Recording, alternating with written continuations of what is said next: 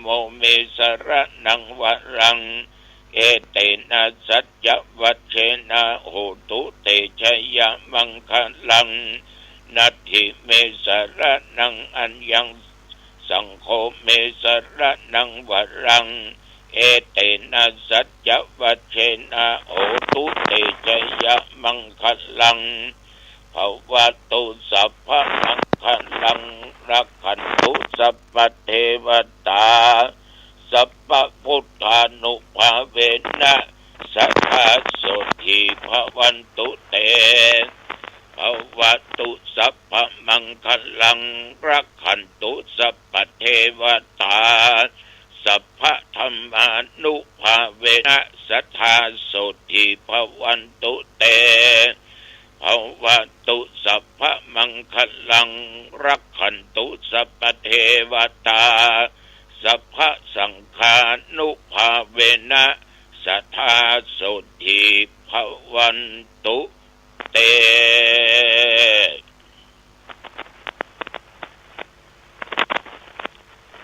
โดยบทพุทธานุภาพธรรมานุภาพสังฆานุภาพ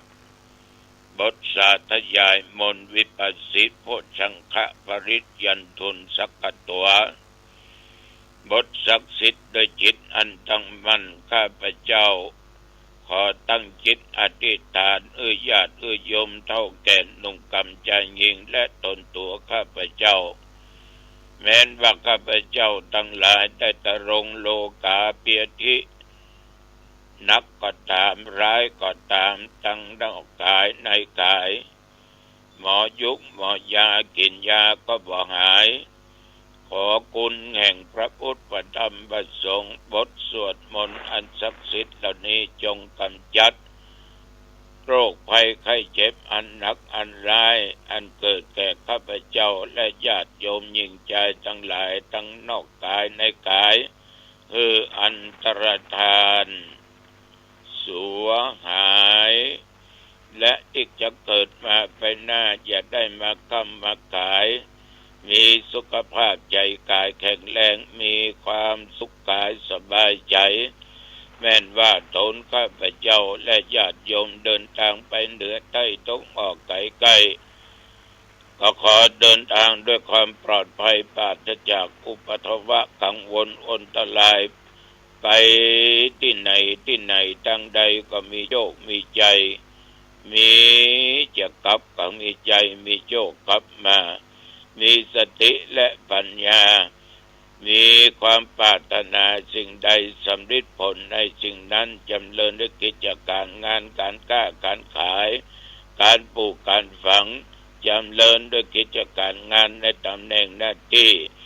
อายุวันโนสุขังพลังปอนสี่ประการอันล้ำเลิศอันประเสริฐนี้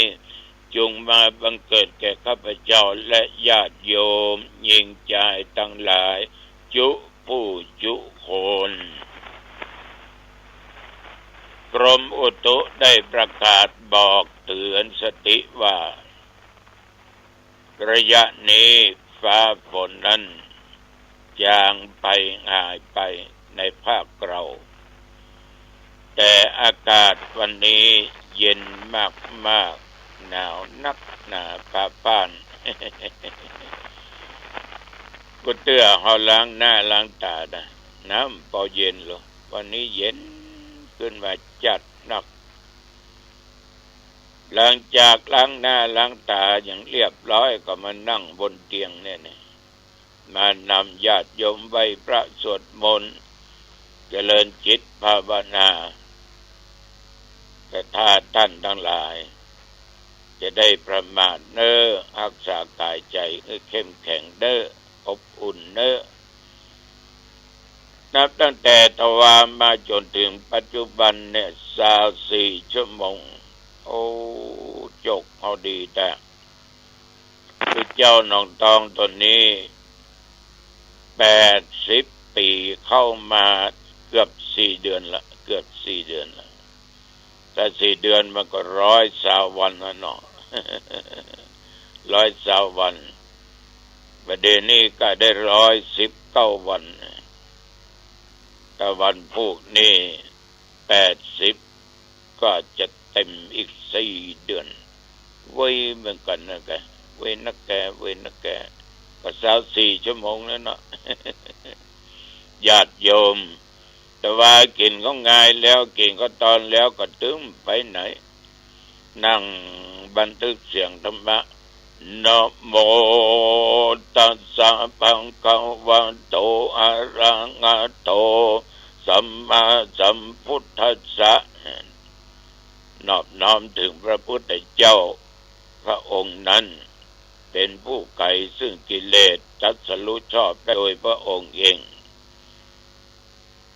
ก็อยู่ที่วัดญาติโยมตะวัน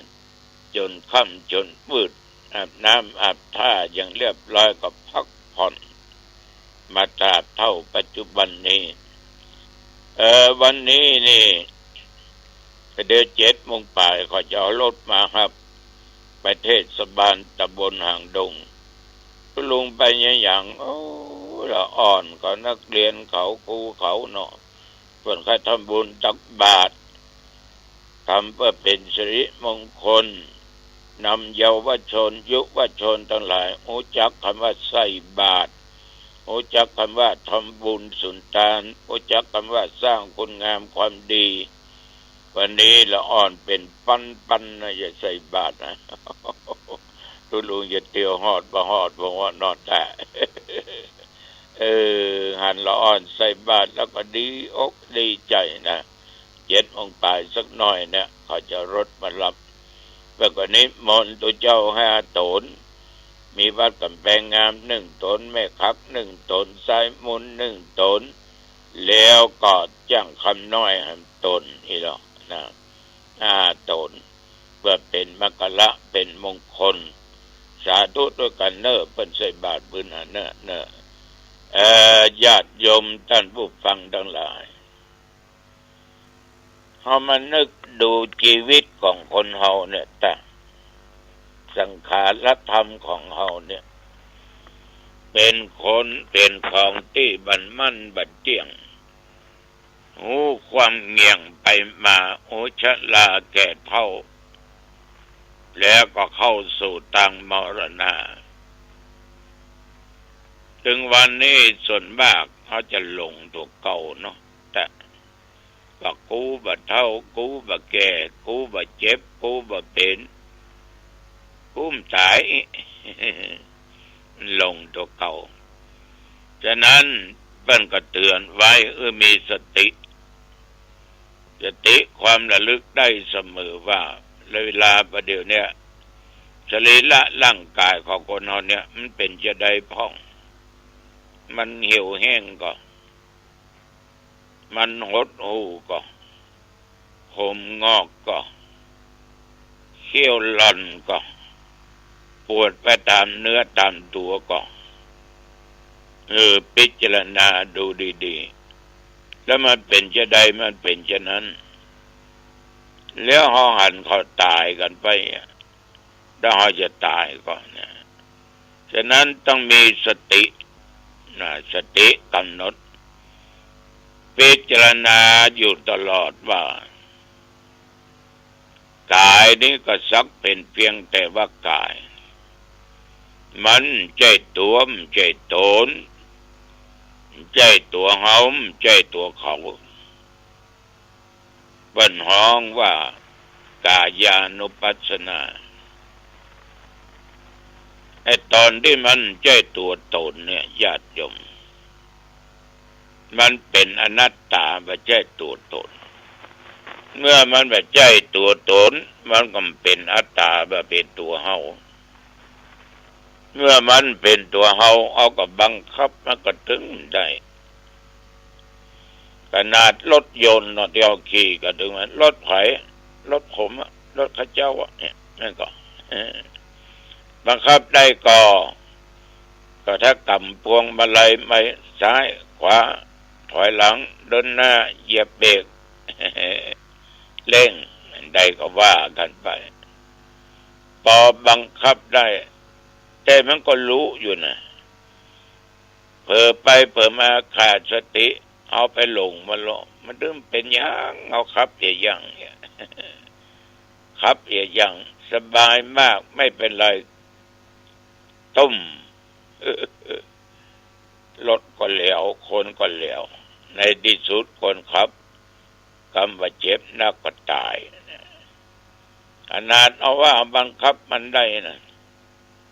มันยังเผลออยู่นะมันยังโจรยังประสบอุบัติเหตุอยู่นะของบางสิ่งบางอย่างเนี่ยกระเป๋าสตางค์ของกูรู้เนี่ยสตางค์ในกระเป๋าก็ของกูรู้เนี่ยใส่ตรงเตี้ยวใส่ตรงเสื้อไว้ยังตกหล่นอยู่กะการไปหันกระเป๋าผมพ่องไปหันกระเป๋าข้าเจ้าพ่องสตางค์มีไหนงั้นมาเอาสักบาทก็ได้แต่ว่าหนังสือสำคัญไม่งั้นขนาดใส่ส่งเตี้ยวตรงเสื้อเขาบอกว่าอยู่นี่เลยบังคับได้ยังหายอยู่แม่งก็ญาติโยมแต่ว่าร่างกายเนี่ยบังคับมันตึงบ่ได้บางมันเหี่ยวบางมันย่นบางมันเท่าทันมันแก่เนี่ยตึมได้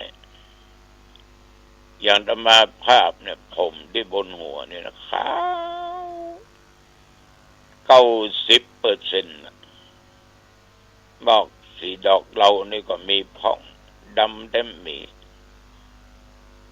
ใครอยากให้ผมขาวพ่องยกมือขึ้นทุกคนก็คงเหมาถ้ามันเอาเขามาซื้อสีไม่ยอมเนาะ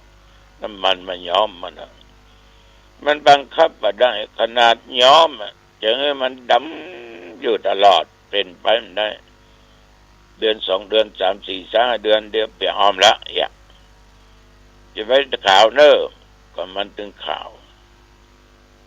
แต่มานี่ขาวไปละแต่ไม่เคยยอม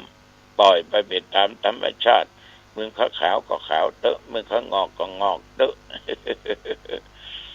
พอบังคับมาได้มันก็เป็นใจของเขาเคี้ยวในปากเนี่ยกระดูกเป็นซี่เนี่ยนะบังคับมันตึมได้ก็เตือนปวดเกิดความเจ็บขึ้นมาปวดงุบมันขึ้นไปตรงบนพดไปตรงหัวตรงงอนนะมันเจ็บขนาดใส่ยาแก้ปวดไปก็มอกทุเลาหมดฤทธิ์ยาก็ปวดอยู่เหตุใดเมื่อฉันยาก็ไปมันปวดฤทธิ์ของยามันแห้งกว่าหรอมันก็มาเลยหายปวดฤทธิ์ยาหมดมันก็ปวดเคี้ยวกูจะไปหลอนเนอมันคงอยู่ในปากเนอตัวเจ้าหลงตองไป4-5 ซี่ละแต่ว่านี่เหลือที่เหงือกนะไปกินจะยังบอกปัดเท่าเหงือกป้องกับปวดงุบจะไปปวดนะโอ้ยมันก็ปวดกูเคยปวดก็เลยฉันยาบรรเทาความปวดหมดฤทธิ์สัก4 ชั่วโมงเริ่มมาละยังมาเดินนั่งนี่ก็ปวดมาละลมเดนี่นะปวดมาละบังคับมาได้ญาติโยมมอกทุเราเนี่ยมอกปะหันปะนี่เนี่ยแต่มันก็ถึงจะยังเก่านะนะนั้นกายนี่สักว่ากายมันแจ้ของเฮาแล้วมันแจ้ของไผใดๆทั้งสิ้นแต่โดยอุปทานความยึดมั่นถือมั่นบ่ได้พอเหนือกูจำก็ไปต่ำใส่อย่างนี้ไอ้หรอกกูยังมาเจ็บไปเจ็บบอดกูเจ็บหัวเข่าเจ็บนั่นเจ็บนี่เจ็บหลังเจ็บเอวเพราะเอาไปยึดว่ามันเป็นของกูนะก็เลยทำให้มันจิตใจกระวนกระวายอารมณ์มันฟุ้งซ่านฉะนั้นเปิ้ลพิจารณาเป็นอารมณ์ตัวเองกายนี่สักเพียงแต่ว่ากายไม่ใช่สัตว์ตัวตนบุคคลเขาเรียกว่ากายานุปัสสนานี่ฝากกระเป๋าออกไม่ออกเนอะสติเนอะสติมาปัญญาเกิดสติเตลิดมักจะเกิดปัญญาอายุวันโนสุขังพลัง